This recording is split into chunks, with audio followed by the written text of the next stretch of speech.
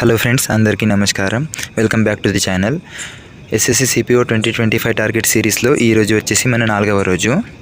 I hope మీరు past 3 days target మొత్తాన్ని complete చేసుకొని ఉంటారు. ఇఫ్ చెయ్యకుంటే ఆ 3 డేస్ టార్గెట్ మొత్తాన్ని as early as possible complete చేసుకోండి.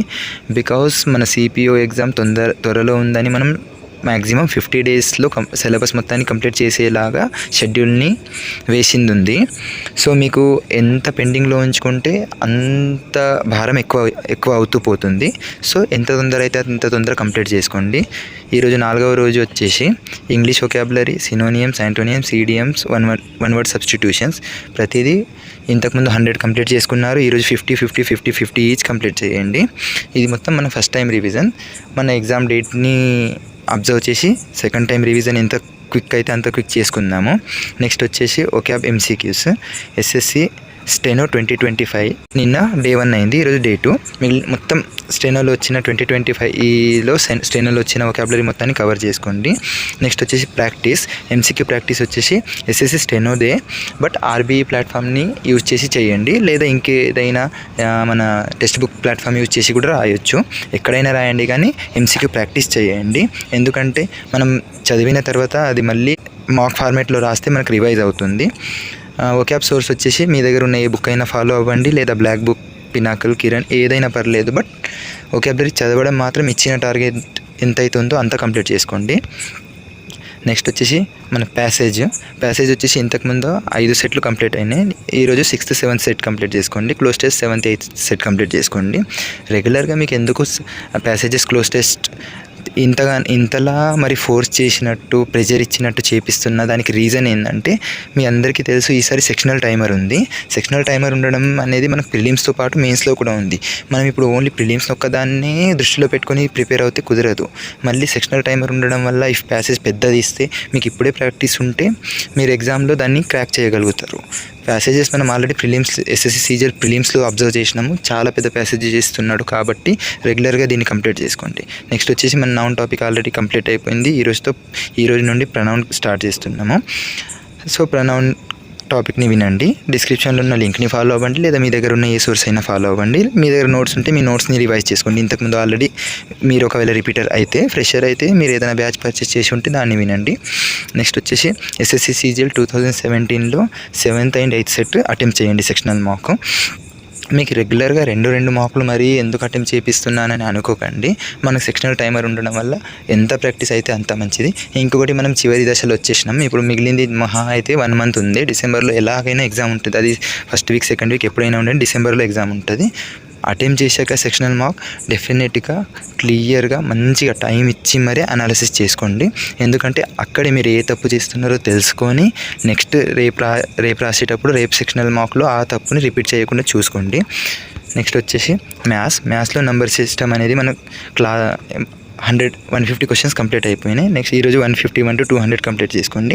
ఇఫ్ ఒకవేళ మీకు టైం ఉన్నది అనిపిస్తే ఎక్కువ క్వశ్చన్స్ అయినా పర్లేదు, బట్ కంటిన్యూ చేయండి. ఐ హోప్ టైం అయితే ఉండదు, ఎందుకంటే మన ఆల్రెడీ షెడ్యూల్లో చాలా ఎక్కువ అయిపోతుంది. బట్ ఇచ్చిన టార్గెట్ మాత్రం అట్లీస్ట్ అంతవరకు అయితే కంప్లీట్ చేసుకోండి. నెక్స్ట్ వచ్చేసి దీంతోపాటు సింప్లిఫికేషన్. ఐ థింక్ నిన్న సింప్లిఫికేషన్ ఒక 30 క్వశ్చన్స్ వరకు సంథింగ్ చేశారు. ఈరోజు మళ్ళీ 30. మీ ఇష్టం అది, బట్ సింప్లిఫికేషన్ రెగ్యులర్గా చేయండి. నెక్స్ట్ వచ్చేసి sectional mark same 7th and 8th set.